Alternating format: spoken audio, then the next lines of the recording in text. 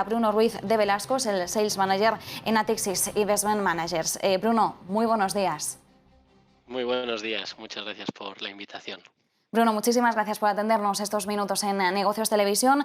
Tercera sesión bursátil del año y seguimos pendientes de algunas referencias que no han variado realmente, aunque hemos cambiado de año. Seguimos pendientes de la evolución de la crisis sanitaria, ahora con esa nueva variante que ha detectado Francia, la IHU, que es el nombre temporal que ha recibido.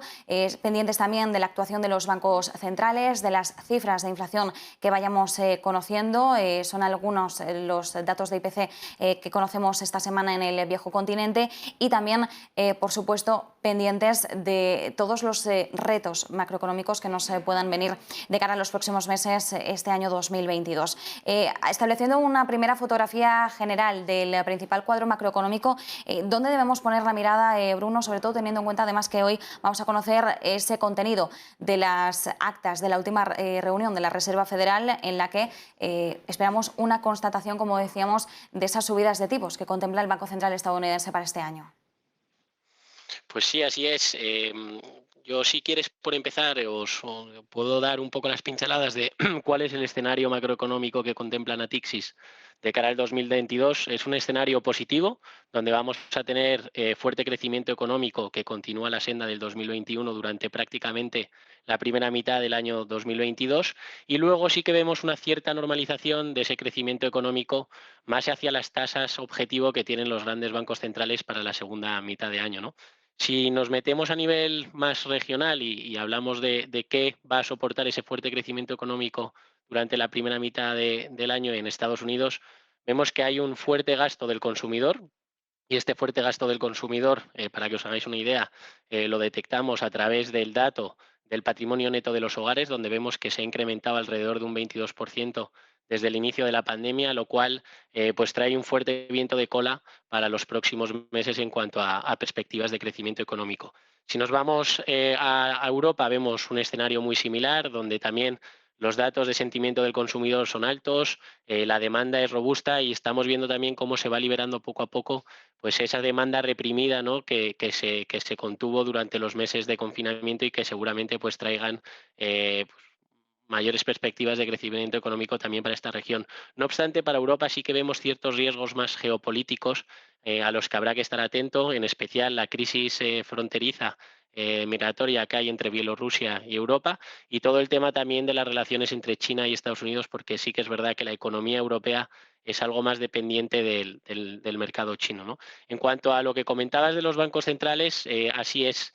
Es cierto que Powell hace unos meses empezó a eliminar la palabra transitoria cuando se refería a inflación dentro de su discurso. Eso ha conllevado pues, unas mayores expectativas de una política monetaria quizás algo más restrictiva por parte de la Reserva Federal frente a otros grandes bancos centrales, como pueda ser el europeo, y anticipar una posible subida de tipos. Desde Natixis pensamos que esa subida de tipos no se va a producir antes de verano, sino más bien de cara a la segunda mitad de año.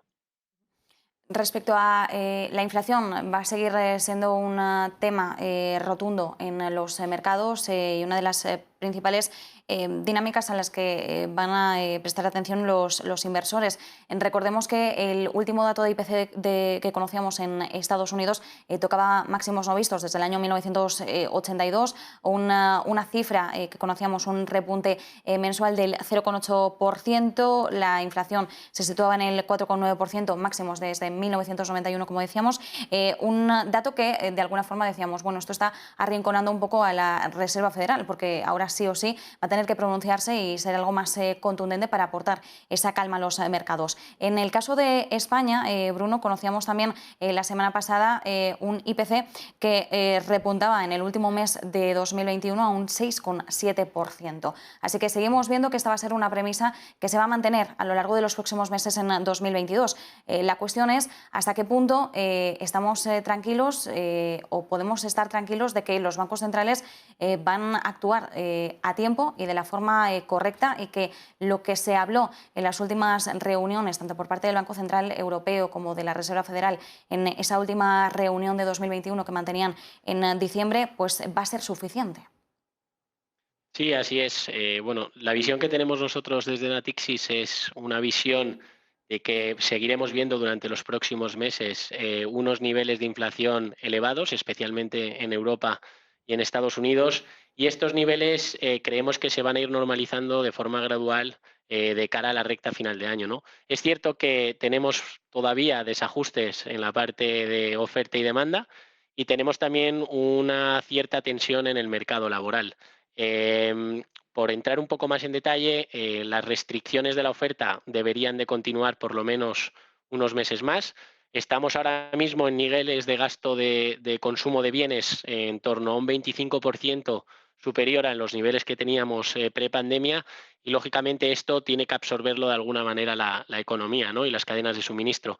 También vemos que puede producirse una cierta transición de lo que es este consumo más de bienes a un hacia más un consumo de servicios, lo cual liberaría un poco de esa presión a las cadenas de suministro y permitiría de alguna manera una cierta relajación de precios. Y por otro lado, si nos fijamos más en lo que es el mercado laboral, creemos que aquí sí que va a llevar algo más de tiempo el que las tensiones se acaben relajando. Si nos fijamos, por ejemplo, en el mercado laboral estadounidense, actualmente estamos viendo aproximadamente una escasez de 3 millones de trabajadores y esta escasez o esta diferencia se explica por el número de vacantes nuevas que aparecen en el mercado y la población en paro. Y a esto habría que unirle también el tema de las materias primas. Venimos meses atrás hablando de cómo se había incrementado el precio de la luz, pero no solo es el precio de la luz, también es el precio de la gasolina, de los combustibles fósiles. Y hay una explicación detrás de todo esto, y es que básicamente eh, países que representan aproximadamente el 70% del Producto Interior Bruto a nivel mundial se han comprometido a alcanzar emisiones cero netas de CO2, de dióxido de carbono, para el año 2050 y esto, quieras que no, va a llevar acarreada una transición energética. Y esa transición energética lo que está de alguna manera es restringiendo el suministro de combustibles fósiles porque la inversión en CAPEX se está reduciendo y está llegando a niveles muy bajos. Si cogemos lo que es la serie histórica de inversión en CAPEX para este tipo de compañías ligadas más a los combustibles fósiles, estamos en niveles muy, muy bajos y sin duda alguna esto va a aportar algo más de presión a lo que es el precio de las materias primas y por lo tanto se verá reflejado también los próximos meses en el tema de la inflación.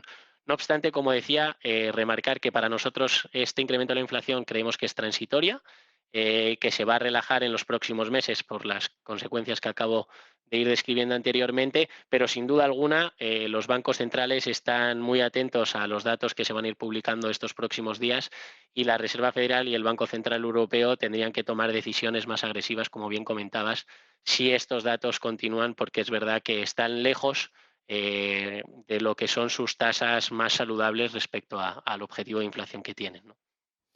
Bruno, si miramos a los mercados emergentes, 2021 ha sido un año más complicado para estos mercados, ya que la reapertura económica tras la crisis sanitaria ha ido pues más por detrás, ¿no?